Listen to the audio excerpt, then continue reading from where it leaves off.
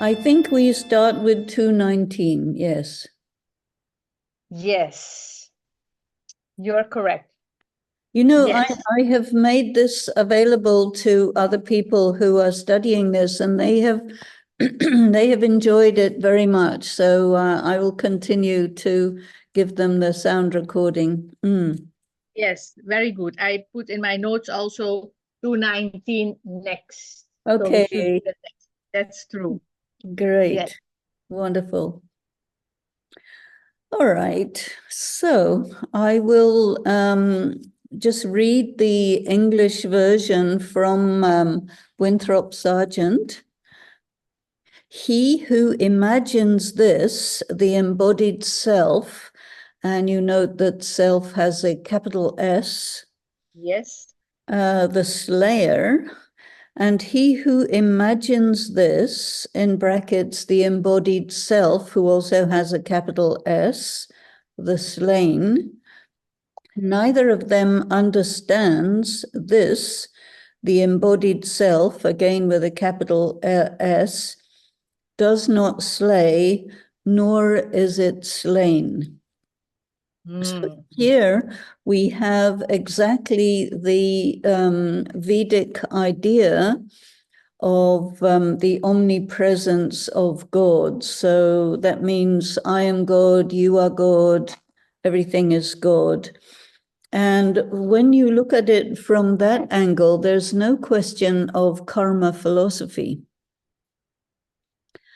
And, you know, one of the epithets of God, incorporeal God, is abhokta, akarta, asochta. Have you heard these expressions? Yes. And So you cannot unthinkable and not no karma, not thinking and not doing, right? yes, it means asochta, no thinking. Abhokta means there's no effect of any karma. And Yes. akarta means it doesn't do anything. Doesn't do anything. Yes. So with that in mind, this verse makes a lot of sense. But if we look at it from the other angle, that the slayer is one particular soul, and the slain is another particular soul. And so, therefore, one can understand that somebody slays and somebody else gets slain. So it's really the complete opposite. Yes. It's as I understand it here, and I read it before here. It as I understood it is because of the quality of the self. There is no difference in slayer or slain. Because Exactly. yes. And when the word self is capitalized in English language, it generally implies overtly or covertly that they're talking about God. Yes. Yes. And whereas from the angle of approach that I have been studying, the self is the individual soul. And of course, God would not slay anybody or get slain. No. That makes perfect sense. But since we're not really talking about God doing any slaying, because the person who is supposed to slay is Arjuna, and Arjuna is not God. No. And so, and he is refusing to fight on the grounds that he does not want to do wrong action. And slaying is an action, and getting slain is another kind of action in a particularly interesting sense. In the study that I do, it is said, not only should you not do any negative action against any other person, but you should not take negativity into your being when another person does something negative against you.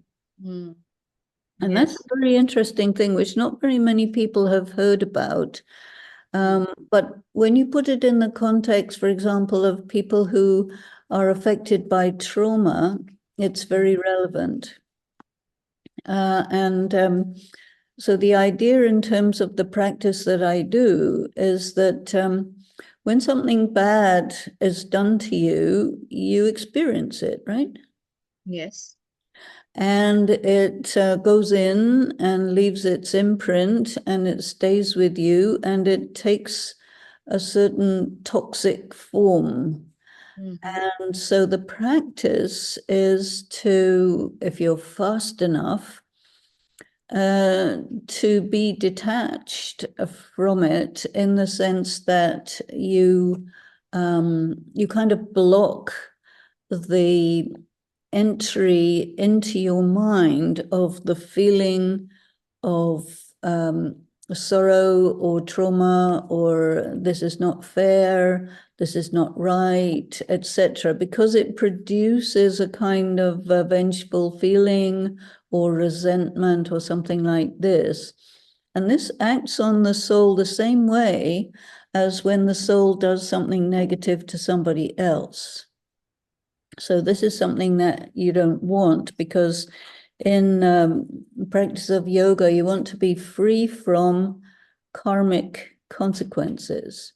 And that's quite tricky, quite difficult.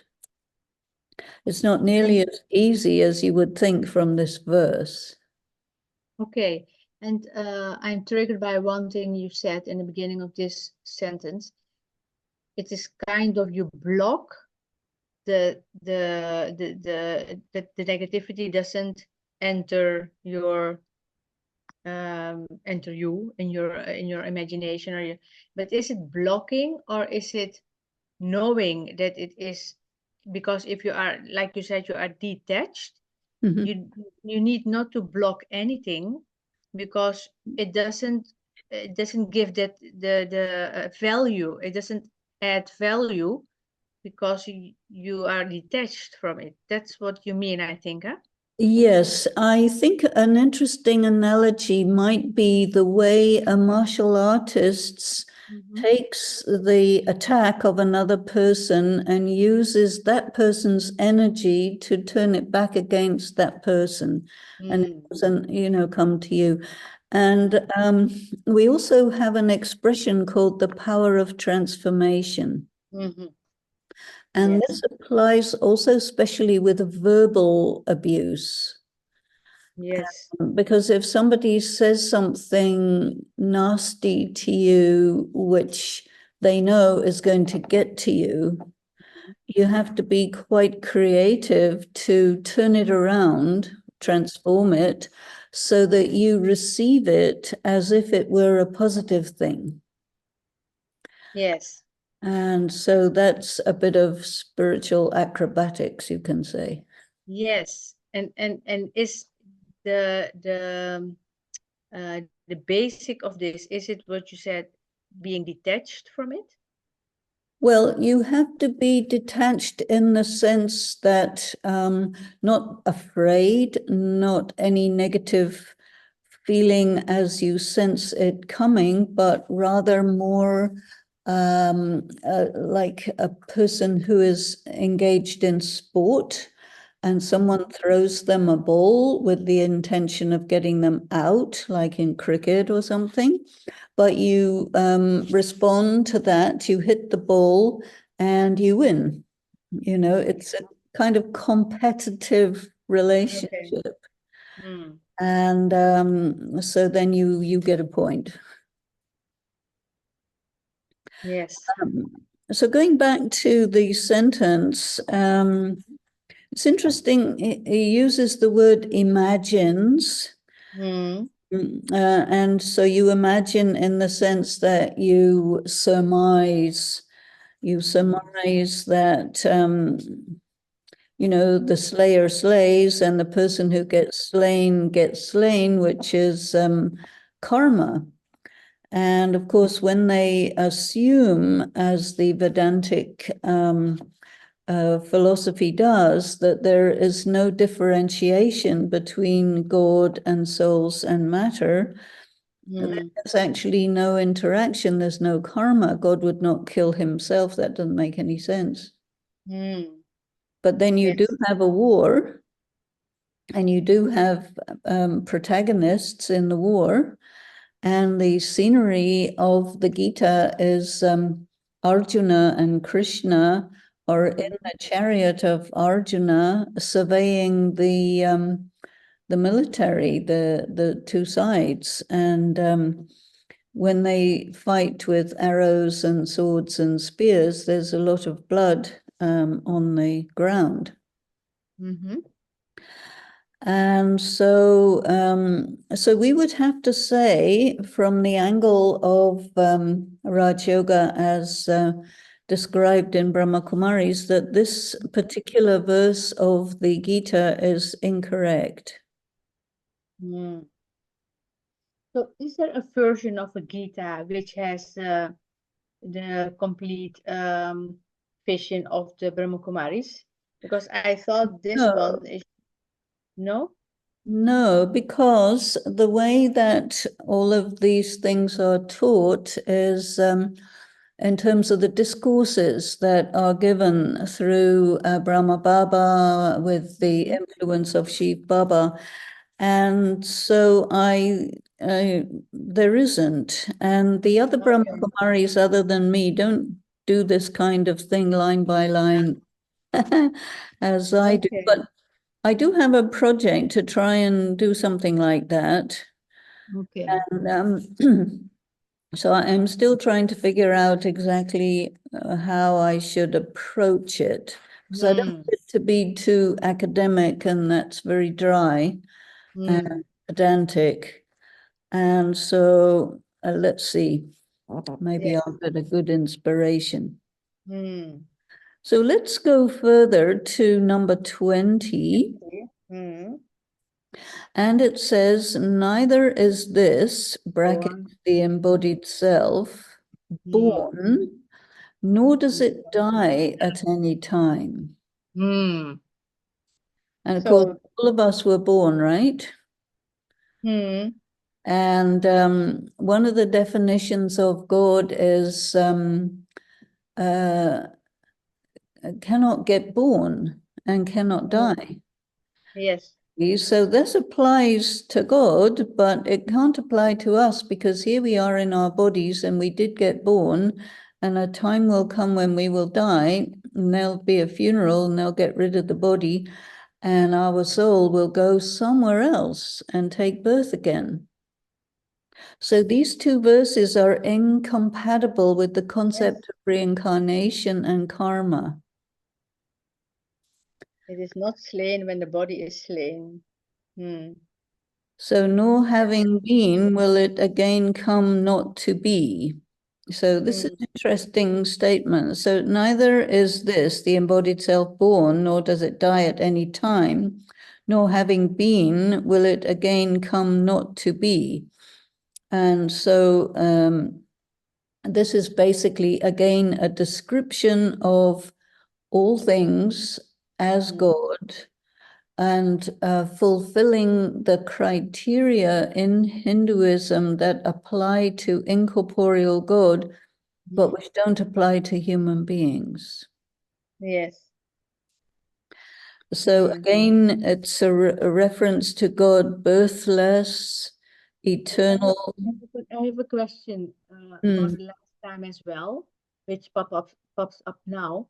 So when I read this verse, when the soul, when it leaves the body, the Jivatma, it goes to Nirvana. No, only at the end of a cycle. At the end of a cycle, yes, that's what I mean. It goes to Nirvana, but still at the beginning of the other cycle, it takes body again. Yes. Aha, there it is. So it can, at the end of a cycle, it goes to Nirvana. And is it then at that moment that you have the same, that is, the individual soul has the same qualities as the supreme soul? The soul in nirvana is completely pure, and it's called karmatit. That means there is no karma pulling it. Okay. And this is why it does not reincarnate according to any karmic debt, but it reincarnates according to the beginning of its time. So we don't know when anyone starts their cycle. The maximum is the full 5,000-year cycle, and the minimum is a couple of seconds or so at the very end.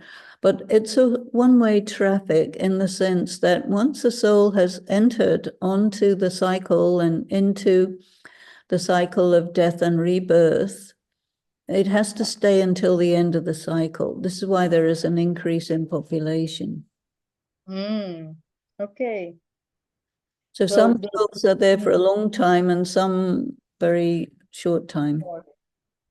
According to its karma. According to its destiny. Destiny. And what makes your destiny? It's like predestination. Every soul has a kind of story which is fixed for that soul. And then when the soul is playing out its role, there's choice also. So that's where you're creating your positive or negative karma. But at the same time, going parallel with that, you have a destiny. And is that because of desire? The destiny is just like your identity, and every soul is different from the next one. And what makes it a specific identity? Is it, where does that it come from anywhere? And this takes us to the idea of every soul being eternal. And then what it doesn't say in the written Gita, but what it says in Brahma Kumari teachings is that every soul has their own story. And when a person is a seeker, one of the things they're looking for is, who am I? And when you have a sense of the totality of all your births and like the details of yourself, are you a high-level soul? Are you an ordinary soul? Are you a villain soul or whatever? Who are you exactly? And that is this this configuration which plays out in many births, but the essence of that person, their character, that's particular to them. It's quite an interesting idea. And very interesting, because why are we reading here like this and are others, I don't know, making out something, enjoying in another way, or sporting or whatever? What makes the urge for the one doing this and the urge for the other doing something else? Is it just a play? There's a play, definitely, but it's also, who are you? And the kind of person that you are finds this of interest.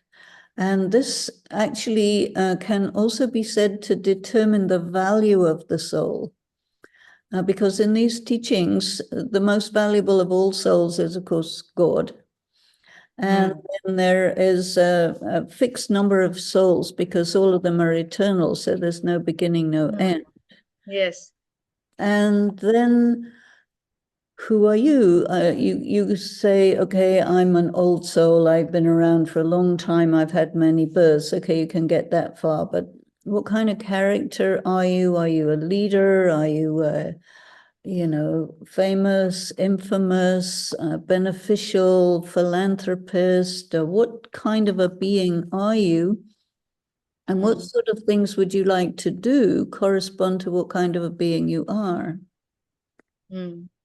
So we would say, okay, some people may want to be frivolous, but you may not.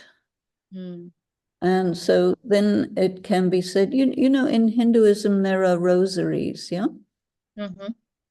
And there is one rosary with 108 beads. And this is called the Vajayanti Mala. That means the victorious souls.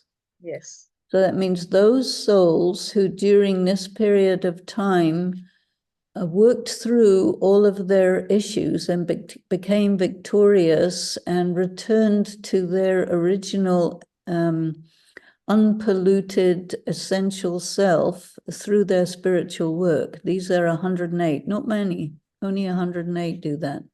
And then there's another rosary of 16,108. So that's another level, you see. So there are these sacred numbers in Hinduism which correspond to this kind of triage of individuals. And at the present time, if you look at the world of politics and celebrities and sport and all of those things, people in high positions are not necessarily of good character. No, not necessarily. And people of good character avoid taking those roles because it's such a dangerous, shark-infested place. Yes. So Yes. it gives you an idea that, there are different qualities of people, and within all of that, who are you? Yes. And it is also said in the Gita that in another place, I don't know the reference, but it says that God loves the one who loves solitude. And so who loves solitude? People who are internally strong and who have a substantial inner life. It's the spiritual people. So some people more spiritual, more pure karma, more interest in these matters of spirituality and so on and so forth. So the kind of person who's like that, if they're in a leadership position, they would do a good job. They would be responsible, they would be, and a little bit further down the line in our investigation here, there is a question from Arjuna to God saying, how does a yogi walk and move and what does he do? And this is really... how does he eat? How does he sleep? How does he... Yes, yes. Yeah. And so you are a yogi, becoming a yogi. And so you're thinking about yourself. And there is an expression in Hinduism, quite a meaningful one, Swachintan Ishwar Chintan. Swachintan Ishwar Chintan. Yeah, think about yourself, think about God. And don't worry about the other people. Aha. I'm going to write a Swachintan Ishwar Chintan. Yes. I didn't hear this before. Ishwar Chintan. I can understand it because I understand Hindi. Of course. And the Swachintan, Swa is you. The word Swa, I don't know that. Swa is okay. Swa is the self. Like, for example, swastika. Oh. It has the word swa, and astika means knowledge. So the swastika is a symbol of self-knowledge. Yeah. Yeah. And the swastika is this rotating cross. In French, la croix gammée, it's a cross with legs. Yes, I know. So this is interesting. May I ask a question according to this? So thinking of the self, thinking of God, you only have to be occupied with that. That's what I understand. Swachintan, Ishwar Chintan. Of course, right? Occupied with life and family and work and everything. Yes. But when you have free time in your mind, instead of wandering off or having bad thoughts or meaningless thoughts, think about yourself, think about God when you can, Okay. Because that is my question. You get so easily, I get so easily distracted because of life happenings, like work life, family life, social life, and it can get you so distracted by being Swachintan and Ishwarchintan, how to avoid the distraction? Should you be, that is a question that everyone asks as well. Should you completely drop off all those things in your life? Then you can be Swachintan and Ishwarchintan, or how can you do it in daily life? Because it distracts you so much. Well, daily life is made up of lots of seconds and lots of minutes. And if you think about it, you do something like we decided, okay, we will meet at this and this time. And so there's a lead time up to that where you get ready and things like that.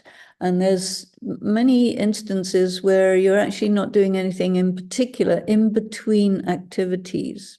That's a very good time to do a little Swachintan and a little Ishwar Chintan. Okay, it's a good instruction. Yeah. Very good. Yes, very good. I will memorize this. And there are also times when you have to do a lot of intellectual work, which is quite a strain on the intellect, and or computer work or something. And it's always said you should take a break every couple of hours. Yes. And so that's a good practice to say, okay, I'll take my break, and in my break, I'll do a little Ishwar Chintan, a little Swachintan. And then you have this going along like a rhythmic event where you're resourcing your soul, because every time you do that, you're taking power. Very good. That's like the minute we have every hour in the centers of Brahma Kumaris where you become quiet and you, right? Yes, yes. And Mm, so that's according to some music or something. But if you intersperse it naturally with your activities, it's also very good to do it like that. mm. I'm going to introduce this in my yoga class next Sunday. Ah, okay. Swachintan, Ishwarchintan. Great. Very good.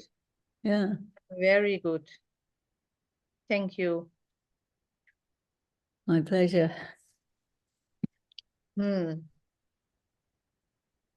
So going further, so neither is this the embodied self born, nor does it die at any time, nor having been will it again come not to be. That means God is eternal, never ever has not been.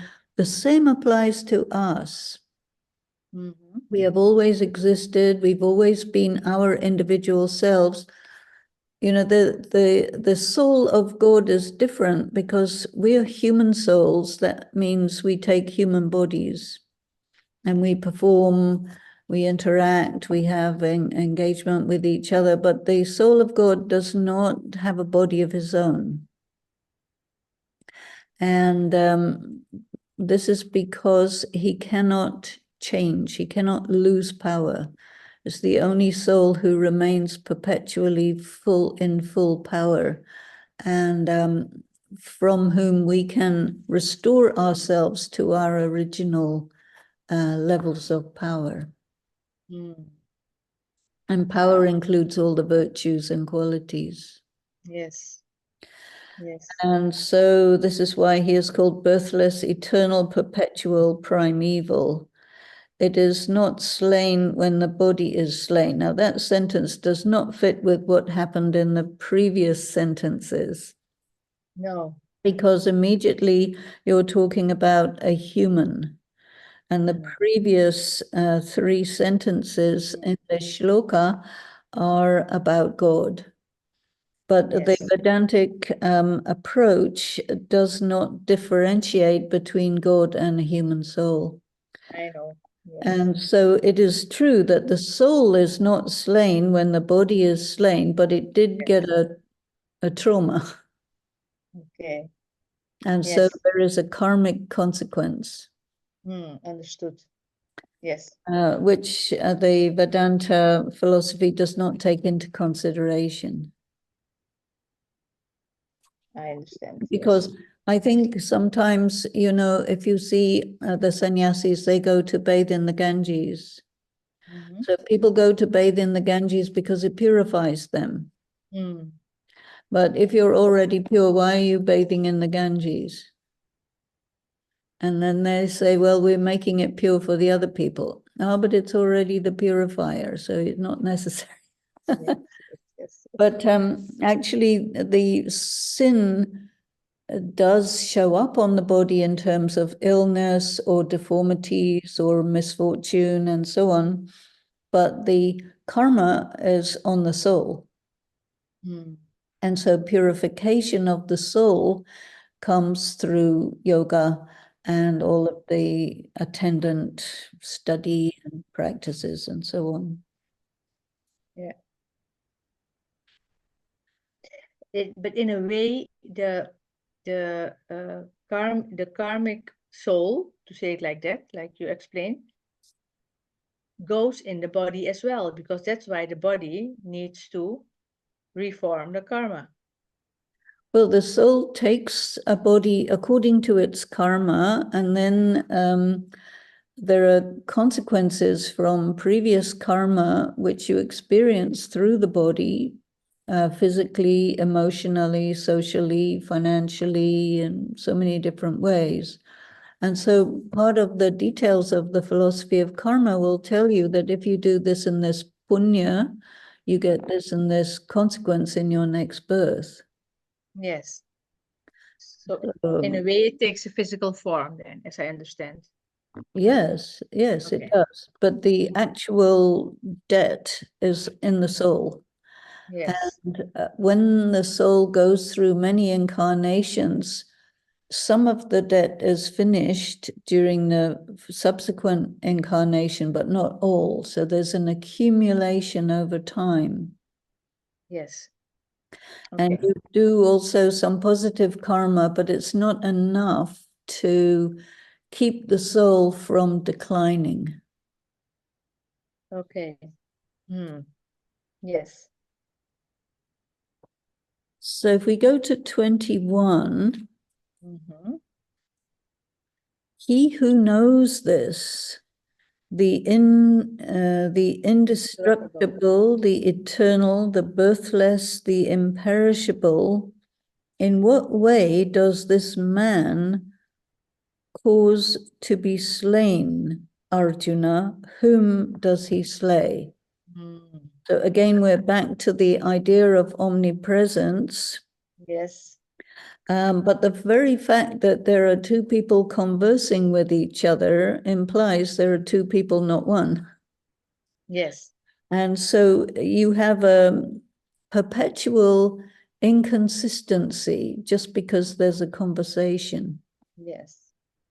Yes. And so there is no answer to the question, but what is true is that you cannot kill a soul.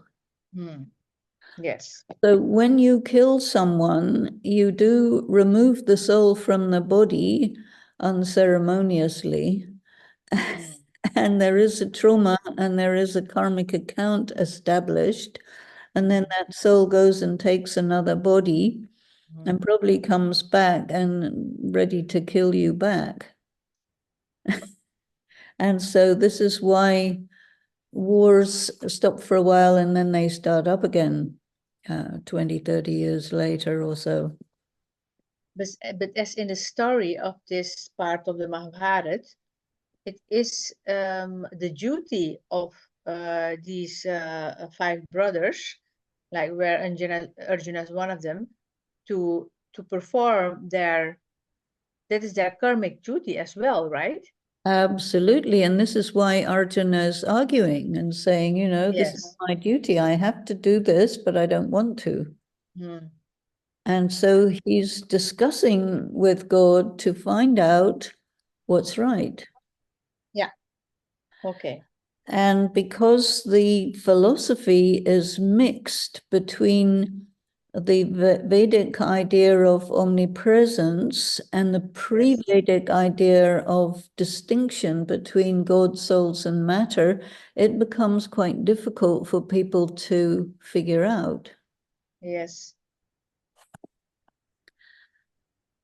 And so I find it particularly relevant to have this key that allows us to distinguish which sentences are correct and which sentences are based in the idea that everything is all one thing. Yes, yes. So if a question that goes above this, is the Vedantic way more prescribed, or we say more taught? The teaching of the Vedantic, is that I hear that more often than this. Definitely. Is it spread more than the other Oh, yes, totally. philosophies? And this is because, in around the 5th century is when the Vedic India really started. But the school of Vedanta thought has changed the dating system, and they have sent it back to 5,000 years. Actually, it's 1,500 years.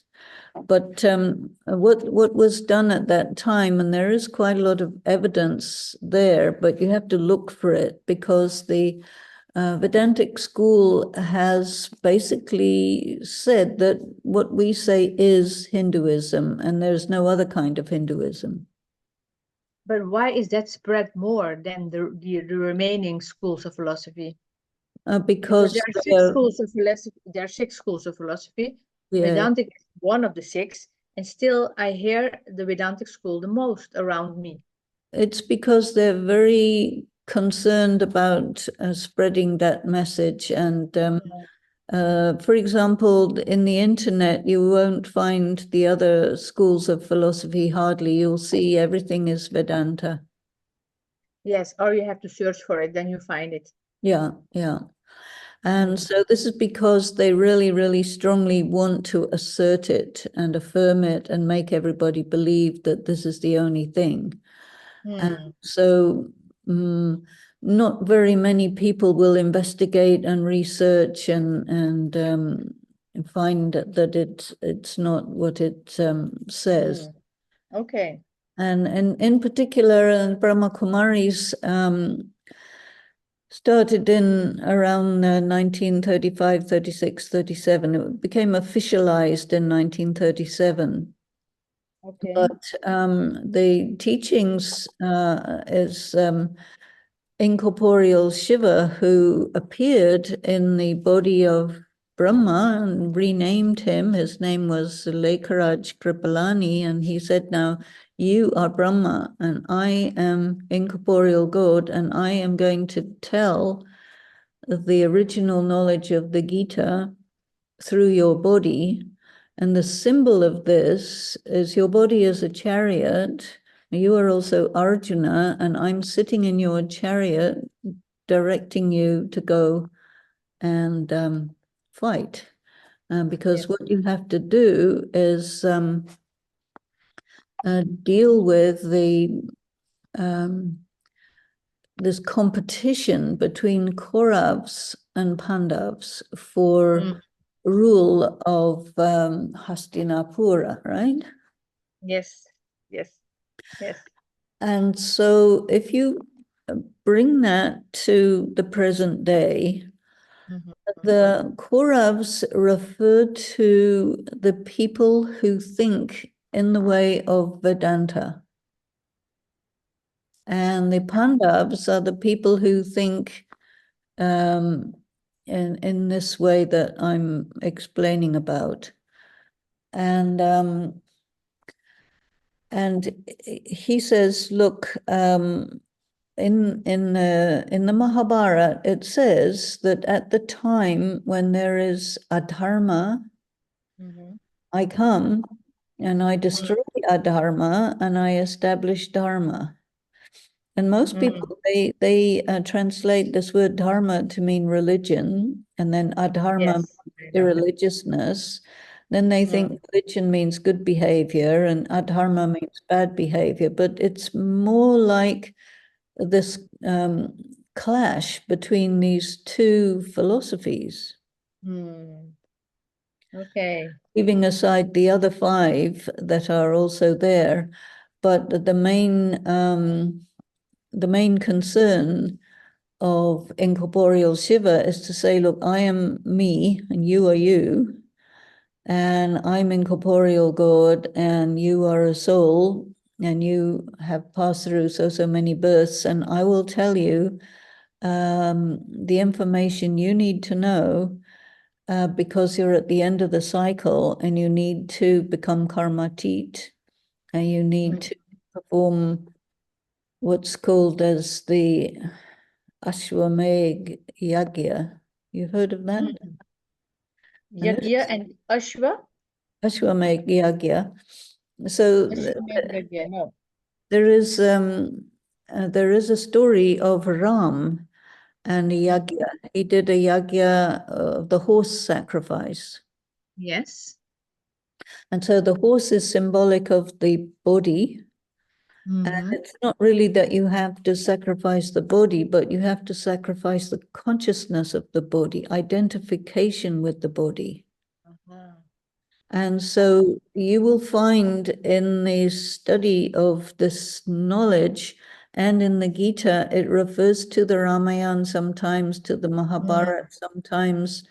And these are 2 legends that correspond to 2 approaches to spiritual practice. And the Ramayana, basically Ram failed. And in the Mahabharata, Arjun Yudhisthira triumphed. Now, why did Ram fail? Is because he followed public opinion. And so this is something that we are taught to be careful about, because if you're under the influence of public opinion, you will fail. So then if you want to be independent of public opinion, then you will be isolated. Yes. But you will not fail. So you find that in certain situations, you're on your own against all the other people who believe another way. And so here we are, but that's all right. Yes. Okay. So the next one, 22, starts talking more and more about reincarnation. Casting away worn out garments. Yes. Yes. So as after casting away worn out garments, a man later takes on new ones, so after casting away worn out bodies, the embodied self encounters other new ones. Yes. So yes. the embodied self should really have a little s rather than a big S, a capital S, right? Yes, yes. Because God can never be in the cycle of death and rebirth. Yes. So this is the soul who leaves one body and takes another.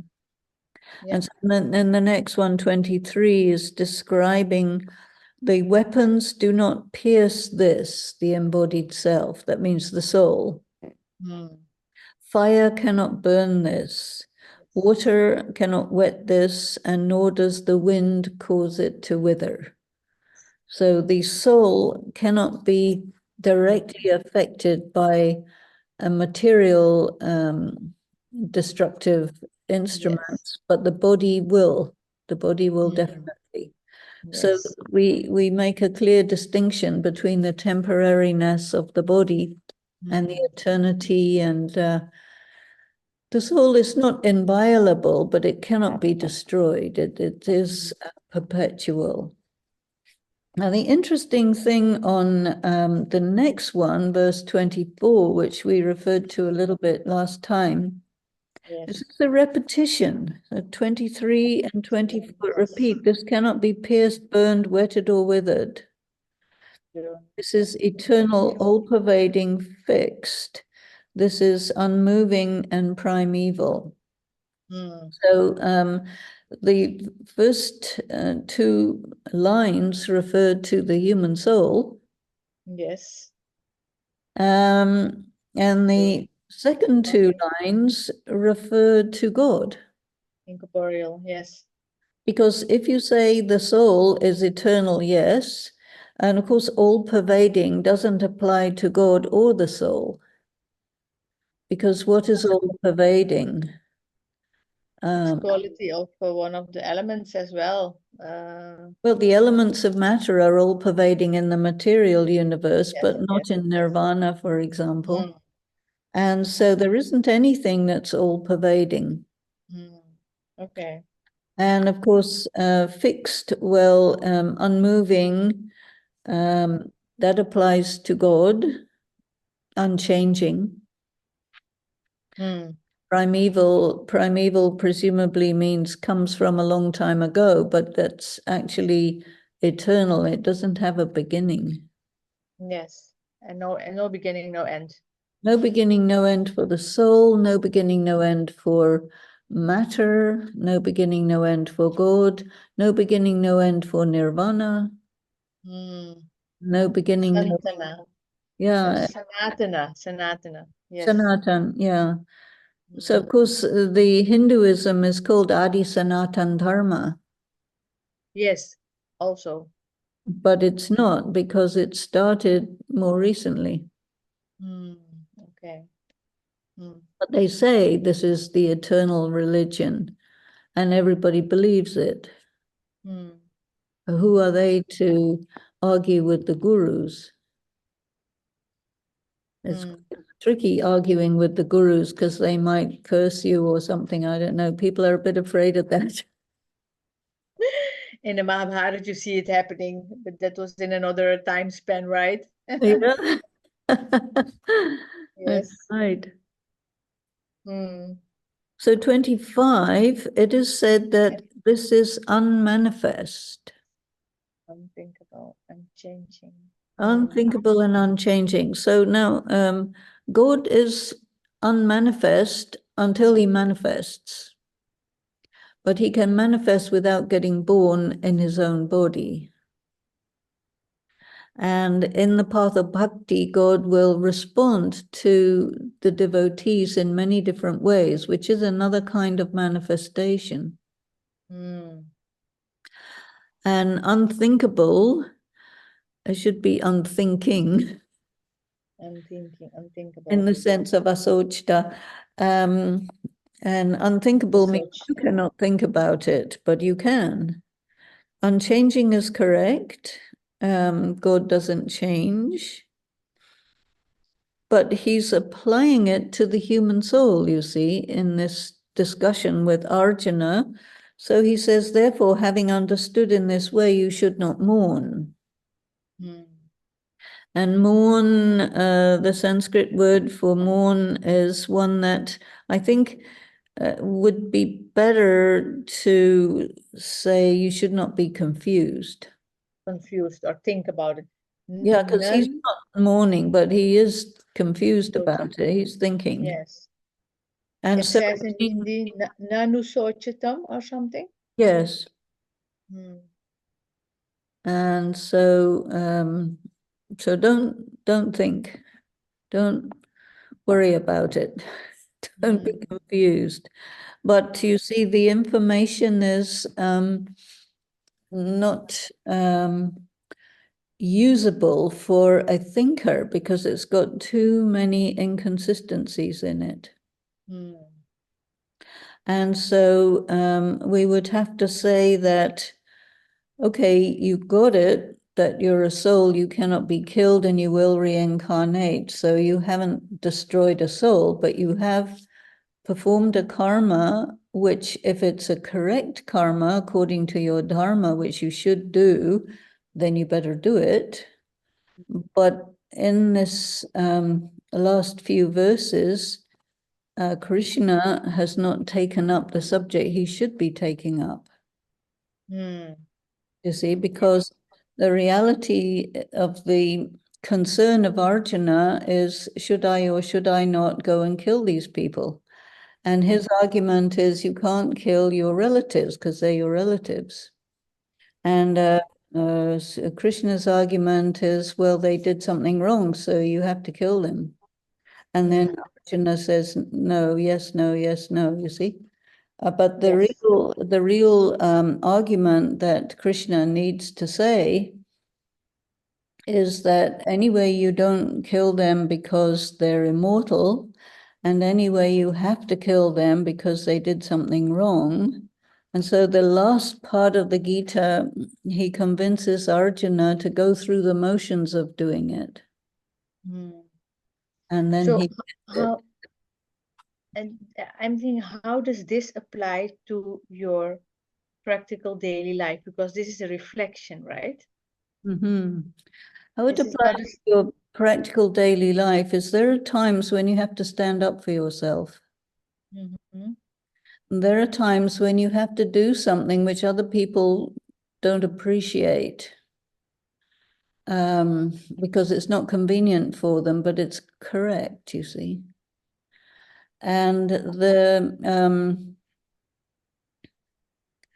I don't think very many people have to actually go around killing anybody unless they're in the military. And when they're in the military, and I have had occasion to teach these things to people in the military on the front lines, and very young boys who were in the military fighting for their government against terrorists, and they were scared, you know, because and they were Catholics, so they didn't want to kill anybody. It's kind of similar situation. And so I use some of these ideas and tell them that, you know, when you're, you have to protect your country. And so there are different laws that apply if you're killing somebody out of revenge or something like that, but you have to protect your country. So there's different laws that apply in different circumstances. But you see, in a place like the Bible, it doesn't really say, it just says, thou shalt not kill. That includes anything from a mosquito to the enemy, to the friends, to the all sorts of things. It's not a very helpful injunction. No, and this is the duty way. If it's a duty for a military to, okay. The next one, 26, is kind of interesting, I think. Moreover, even if you think this to be eternally born or eternally dead, even then you should not mourn for this. I find this verse particularly interesting because you're doing something in your mind that's impossible. It's a paradox. And you need to practice to hold in your mind the idea that I am eternally somebody who will get born. And I'm also eternally somebody who will die. And so to hold both of these things in your mind at the same time allows you to realize that as a soul, there's no difference whether you're alive or dead. Okay. And that puts you in a mentality which is independent of the sort of day-to-day moments and the seconds that pass, all of the issues of time and space, because you are not in time and space when you're thinking that there's no difference in me. I can be eternally alive and eternally dead, but right now I'm thinking about it, so I'm not in it, you see. There you can bring yourself outside this game of karma and engagement with people and being with the body and so on. Just for the moments that you're thinking about it, you can realize what you are. And that's an amazing meditation. Yes. So Nice. I like this verse. Mm. And I just took, as you said, it's interesting. I took the Paramahansa Yogananda version, Mhm. and it says, "But if thou dost imagine this soul incessantly to be born and to die, even in that case, O mighty armed Arjuna, thou should not grieve for it, for that which is born must die, and that which is dead must be born again. Why then should thou grieve about this unavoidable?" Exactly. But there's a difference between verse 26, which is non-sequential, and verse 27, the second part of what you just read, which is Yes. sequential. Yes. And I like the 26 because it's paradoxical and it's at the same time you're dead and at the same time you're not dead, and that's a permanent and eternal condition, which is hard to wrap your mind around. 27, for the born, death is certain, is sequential, and for the dead, there is certainly birth. So you're back in time and space, you see? And so therefore, for this inevitable inconsequence, you should not mourn. So see, we're still in the world of here and now, day-to-day world, but the 26, you're out of the world. Yes. And I find it very good to think like this, because it's very difficult to put yourself in a mentality where you are completely independent of your body, because you're in a body and you're in the business of past, present, future, and everything is sequential, chronological, like that. But in this verse, it's not. In the next verse, 27, it is. So I don't know if I understand you well. I'm trying to. Is Okay. it like you said?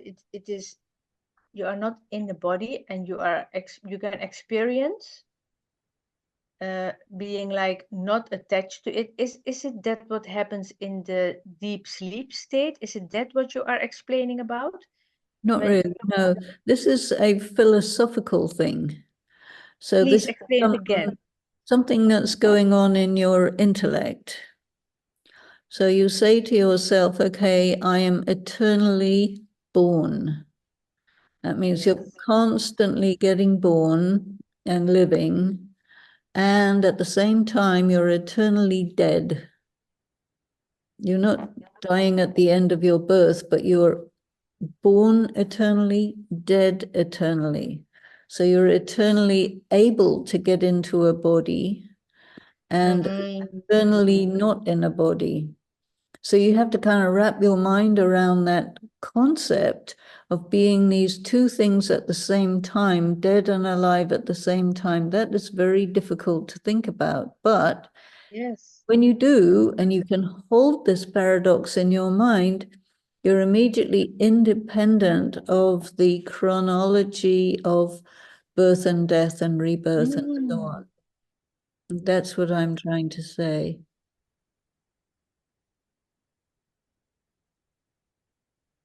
I have to grasp it. I understand what you are saying intellectually. I don't know if it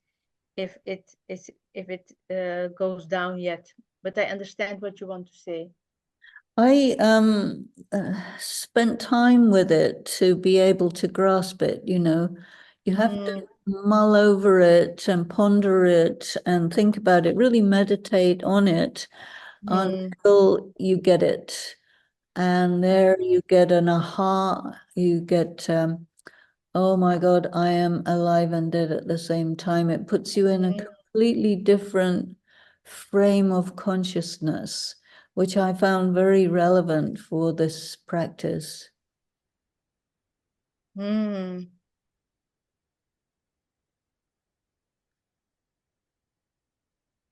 I'm writing something down so I can read it again. Yes.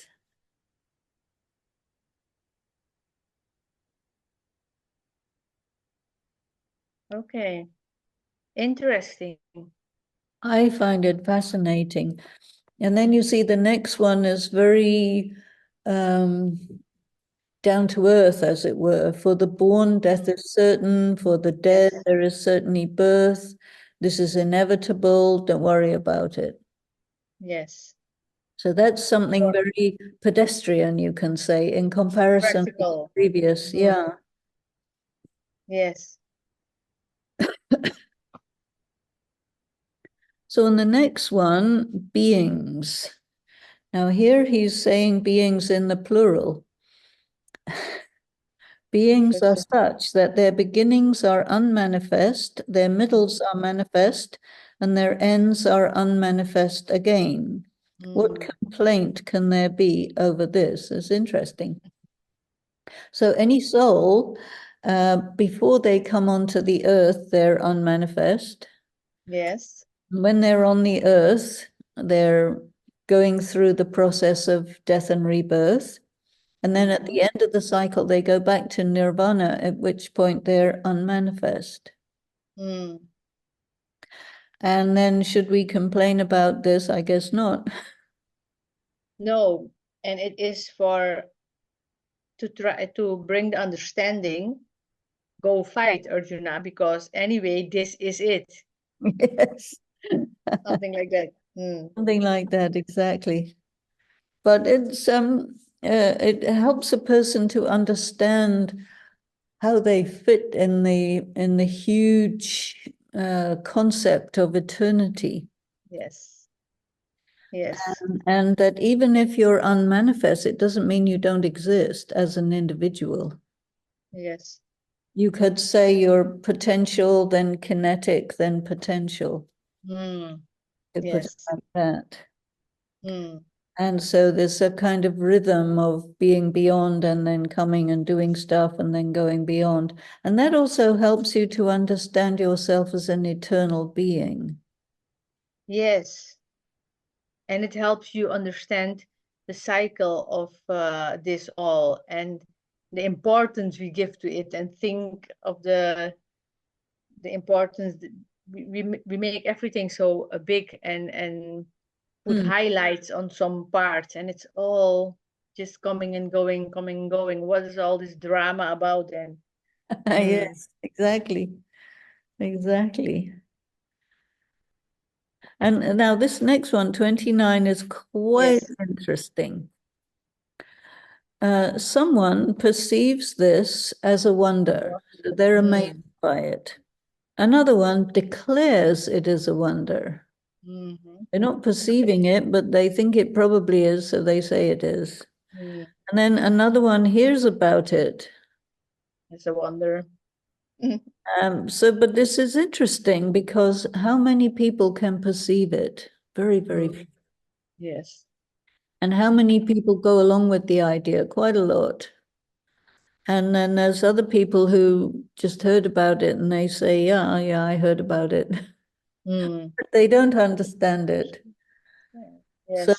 so what this is interesting because it says there's very few souls who will ever be able to understand this, ever.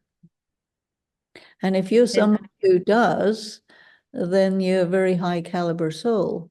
You see, so that's kind of important. Yes, but this comes back in the Gita several times. Only one into so many, only this into, yes. That's right.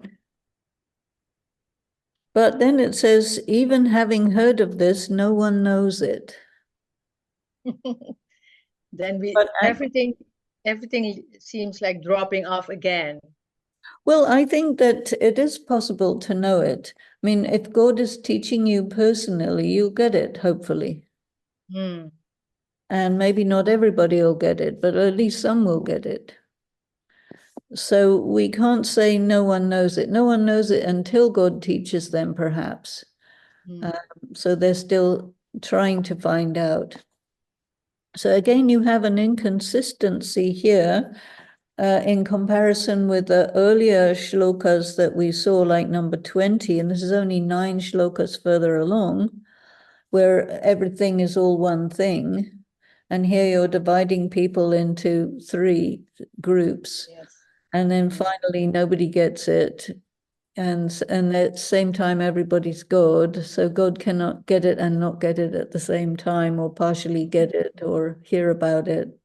So it's interesting how when you look at it carefully, you see that moments it's just ordinary human thinking.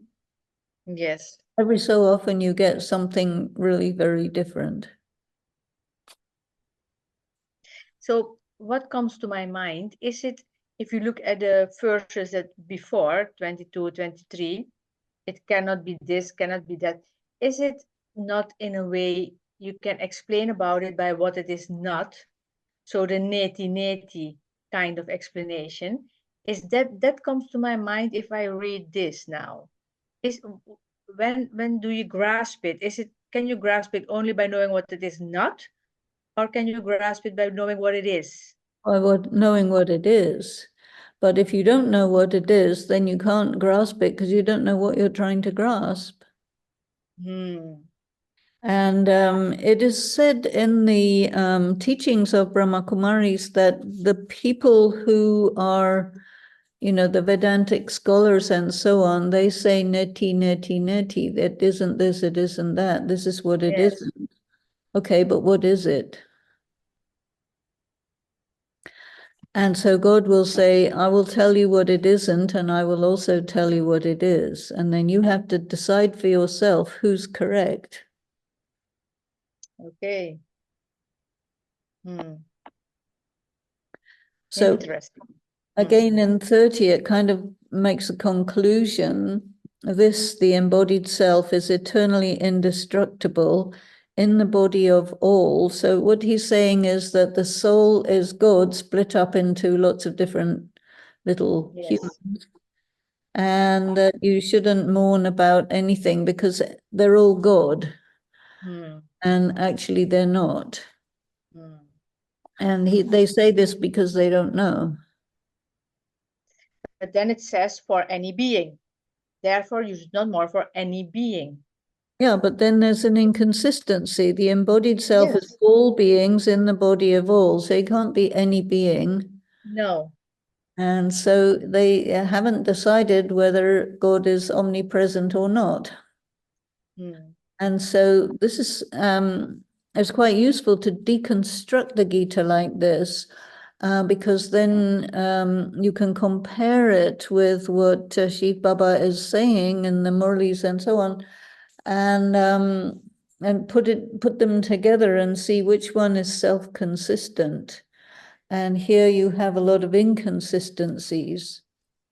And so maybe, I don't know, but one way to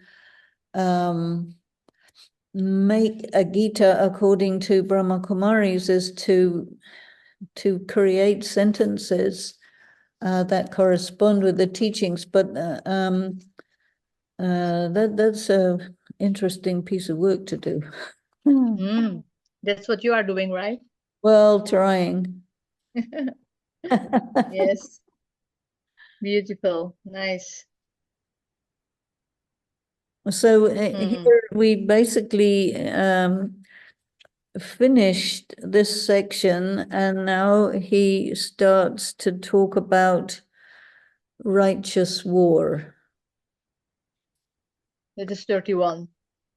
31, you see, and he says, Arjuna, you are a Kshatriya. Yes. And Shiv Baba says, I do not teach Kshatriya, I teach Brahmins.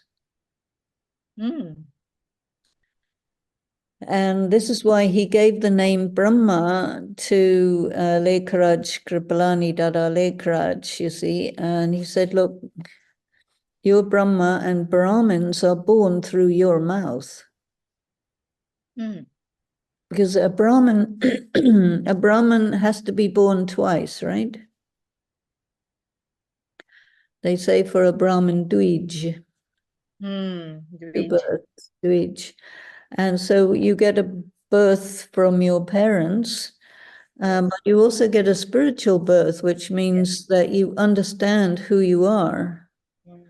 And so that is that you then become a Brahmin not by birth, but by understanding. Yes. And so here you have him as a kshatriya, and perceiving your own caste duty as a kshatriya. He's a king, so the kings are all kshatriyas. Brahmins don't become kings. You should not tremble. Indeed, anything superior to righteous battle does not exist for the kshatriya. And so there are two wars. There's the external war and there's the inner war. And so the person who is a Brahmin, a yogi, they have to deal with their demons. Yes. And so demons are sitting in your subconscious. And so when you have yoga, you will open up your subconscious and let out the demons and then go and dispatch them. Yes. And people are afraid of that. But an experience not experienced before, so it gives a little of a can be fearful. Sure. I don't know what's happening. Okay. And that's why, because it didn't experience it before. That's why yes, I understand. And so we're looking at it on multiple levels. Yes. And that's also, very, very interesting, because we have to see ourselves as Arjuna, arguing with God, trying to figure out what's right and wrong and so on, and who we are. And righteous battle is not a military thing only. It is there too, but for us individually, we're not concerned with military activities. But your life as a yogi, you will encounter many things, because it's about settling karmic accounts and acquiring skills, many very high-end skills, because the aim is to be the king. Yes. And so to be a king, you have to be alone, and you have to have a lot of bravery and a lot of power from God. And you're an instrument for taking care of your public and protecting them. And so this is also really what the Gita is about, preparing a person to be an individual who has that high leadership position, a big responsibility. And so it gives you so many things to acquire these capabilities and be a person in your power and a master all of these things. You see. And are you saying that these qualities you can accomplish best in solitude? Well, you need to have solitary time, because you have to ponder on these things and you have to really be in contact with your subconscious. And it's also a deep investigation into your integrity, your honesty, your really finding out what caliber of person you are. So that if God wants to get something done through you, then you're up for it. Okay, I understand, yes. So that's pretty interesting. Very interesting, yes. So I think this is probably a good place for us to stop, because it gets into a different subject, the next part. It does. Interesting. So give yourself some time to think about this verse. Well, 29 is also very interesting about Yes. leaving this as a wonder. And Mm. 20, good. Where did it go? 26, I think it was. 20, 25, 26, eternally born, eternally dead. 26. Yeah, if you give yourself some 26. time to really I ponder on will. those and grasp it, that would be Yes. really good. So before ending, say it again, the 226. Can you please give it again to me? Yes, let me turn to that page. So when you're meditating, you think, okay, I am a soul, and for all of eternity, I take bodies and leave bodies all the time. So I'm eternally born and I'm eternally dead, because when you die, then you're dead. And then after a while, you get born. So there's this moment of not being in a body and then being in a body.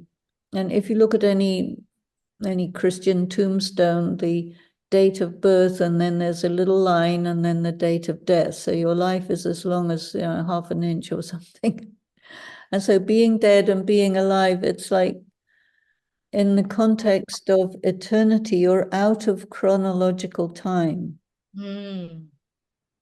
Yes. You're away from chronological time. You're just in you're existing, but not in time and space.